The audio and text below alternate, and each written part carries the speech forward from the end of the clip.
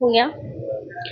तो नमस्कार दोस्तों, आप देख रहे हैं खबर लहरिया और आज हमारे साथ मौजूद हैं निवाड़ी जिले की महामंत्री रोशनी यादव जी, जो कि जिला पंचायत निवाड़ी जिले में सदस्य भी हैं। आज ये पहुंच चुकी हैं छतरपुर जिले में चुनाव प्रचार प्रसार के लिए। आइए हम इनसे जानते हैं कि इस समय काफी हलचल है विधानसभा चुनाव में, और अगर कांग्रेस की सरकार आती है तो वो किस तरह से महिलाओं के हितों में काम करेगी।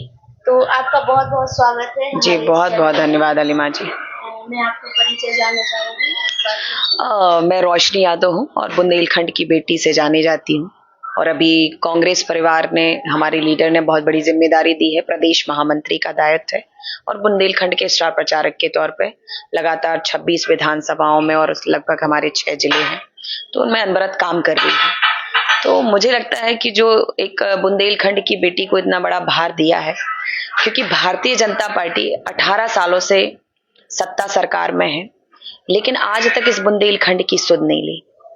और मैं तो यही कहूंगी बुंदेलखंड के माता पिता से कि आज बुंदेलखंड में गरीब किसान माँ बाप ज्यादा जीवन यापन करते हैं, लेकिन किसानों की स्थिति जो 20 साल पहले थी, आज भी वही स्थिति है। आर्थिक अगर ढांचा देखा जाए तो बुंदेलखंड में कोई स्टैब्लिश नहीं हुआ। उद्योग कंपनियां देखी जाए तो भारतीय जनता पार्टी ने कुछ नहीं किया, और इसी बुंदेलखंड में भारतीय जनता पार्टी के 4 स्टेट मिनिस्टर बैठे हैं और सेंट्रल मिनिस्टर बैठे हैं। लेकिन इस बुंदेलखंड का दुर्भाग्य है कि आज इस बुंदेलखंड में कोई विकास नहीं है। बुंदेलखंड के पैकेज बनाए जाते हैं, लेकिन वो पैकेज भी केवल नाम के लिए और प्रचार प्रसार के लिए है, बाकी काम के लिए कुछ नहीं है। जी। आपकी उम्र क्या होगी? मैं अभी, ये वैसे महिलाओं से कभी उम्र नहीं पूछी जाती, पर मैं कहती हूँ कि मैं बहुत ही यंग चेहरा हूँ और मध्य प्रदेश को बहुत आगे लेके जाऊंगी। राजनीति में कब से हैं आप? मैं 2016 में मैंने भारतीय जनता पार्टी ज्वाइन की थी और लगातार 6-7 सालों से उसमें काम कर रही हूँ। लेकिन जिस प्रकार से जो भारतीय जनता पार्टी की सोच और विचारधारा को लेकर मैं जुड़ी थी, वो बात करते हैं दीनदयाल उपाध्याय के पद चिन्हों पे चलने की, कि जो व्यक्ति गरीब पंक्ति में खड़ा है, हम उसको कैसे जो है मजबूत बनाएं, उसको आगे लेके जाएं। लेकिन आज वो रीति नीति छोड़ करके भारतीय जनता पार्टी की परंपरा हो गई है कि मुझे भ्रष्टाचार करना है, गरीबों को प्रताड़ित करना है, महिलाओं के असम्मान में ठेस पहुंचाना है, सम्मान में युवाओं को ठगा जा रहा है। तो लगातार ये इस तरीके का जो काम हो रहा है, और भारतीय जनता पार्टी अब जो है अनुशासन और विचारधारा की पार्टी नहीं रह गई है। ये केवल और केवल नेता आधारित पार्टी हो गई है। कार्यकर्ताओं को लगातार प्रताड़ित किया जाता है। मुकदमे जो इनके खिलाफ में आवाज उठाता है या भारतीय जनता पार्टी के साथ नहीं खड़ा होता है, तो ऐसे ढेरों कार्यकर्ता हैं, ढेरों लोग हैं जिन पर मुकदमे करवा दिए गए हैं।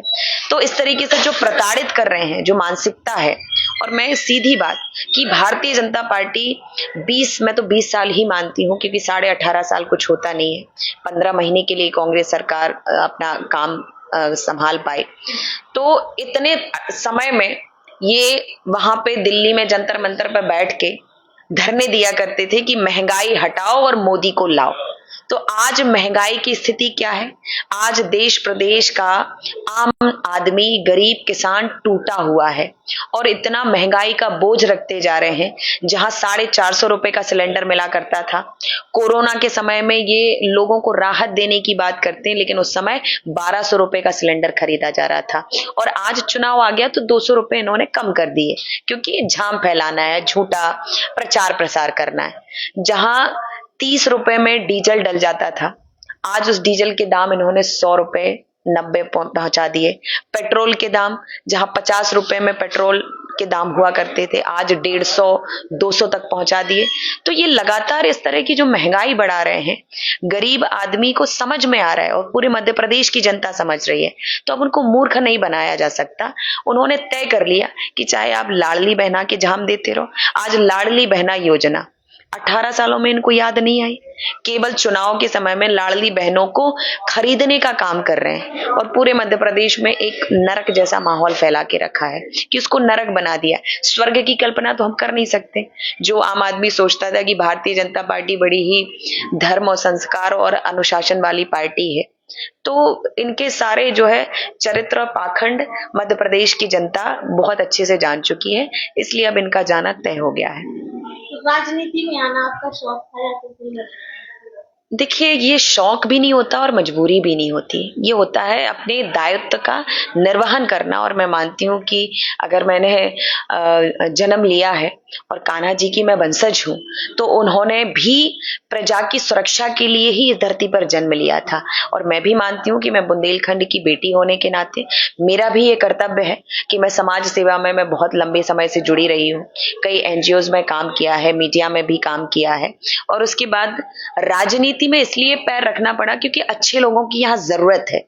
और जब आप गरीबों के बीच में जब बात रखने के लिए जाते हैं, उनके सुख दुख को टटोलते हैं, तो फिर बात आती है कि एक प्रतिनिधित्व करना चाहिए आपको।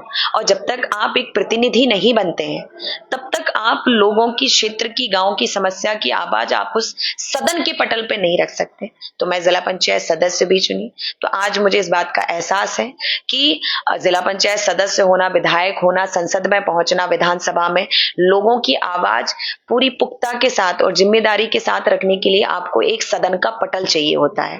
तभी आप क्षेत्र के विकास के मुद्दों की और अन्य बातों को रख सकते हैं। इसलिए प्रतिनिधित्व करना जरूरी, इसलिए लोगों को राजनीति में आना चाहिए। क्योंकि जिस प्रकार से लोग प्राइवेट फील्ड में जाते हैं, अन्य फील्ड में जाते हैं, तो मुझे लगता है कि अच्छे लोगों की जरूरत आज मध्य प्रदेश की राजनीति और देश की राजनीति में है। क्योंकि ये देश युवाओं पे चलता है और युवाओं को दरकिनार नहीं किया जा सकता है। जितने अच्छे ईमानदार लोग युवा राजनीति में आएंगे, मुझे लगता है कि ये जो भ्रष्टाचार और जो अत्याचार जैसी जो आज चीजें पनप रही हैं, इन पर रोक लगेगी।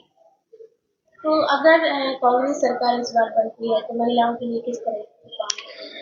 देखिए, महिलाओं के लिए तो लगातार, मैं तो सबसे बड़ी चीज मानती हूँ कि जो महिलाएं हमारे बुंदेलखंड में तो अवसकर बहुत ज्यादा सब घरेलू हैं, घरेलू कामकाज देखने वाले।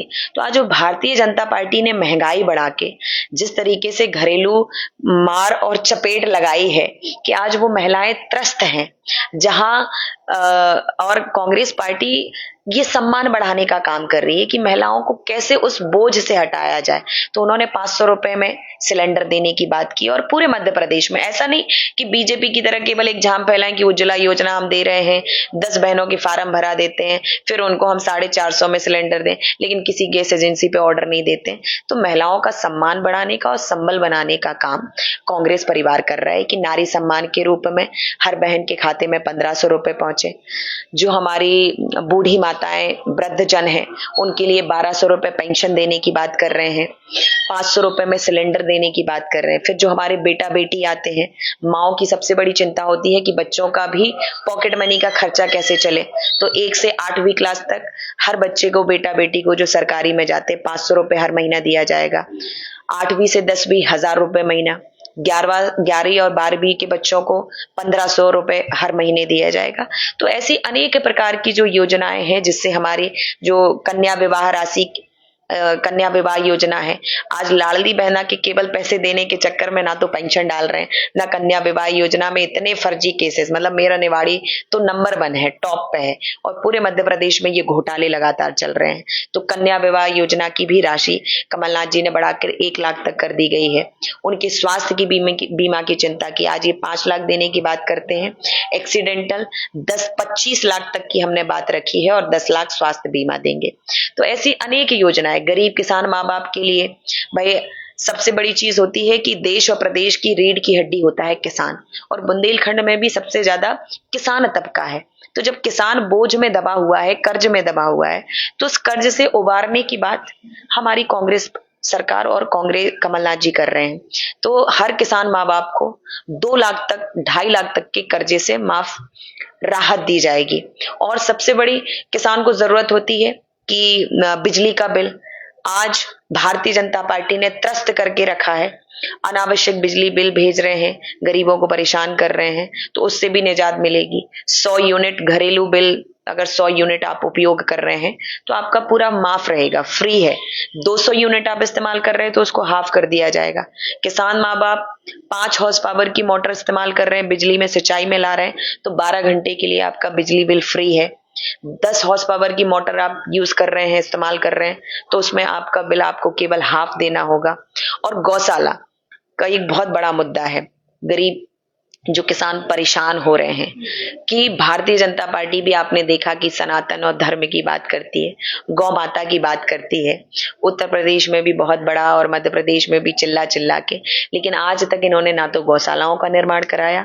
15 महीने के लिए हमारी कांग्रेस की सरकार आई थी, 1100 गौशालाओं को निर्माण कराया, 27 लाख किसानों का कर्ज माफ किया।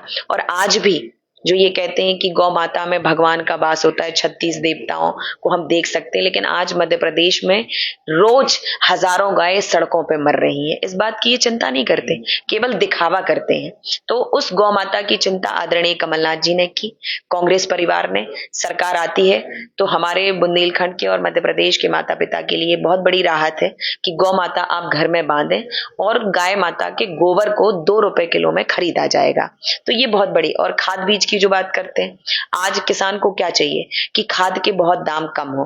पहले 20 साल पहले हम कल्पना करें तो 250-300 रुपए में बोरियां मिलती थी, लेकिन आज उसका दाम इतना बढ़ा दिया कि किसान ले ही नहीं पा रहा है, तो कहां से वो अपनी पैदावार कर पाएगा। तो कांग्रेस परिवार ही जो है किसान का गेहूं का समर्थन मूल्य 2600 रुपए देने की बात कर रहा है और तमाम तरह की योजनाएं।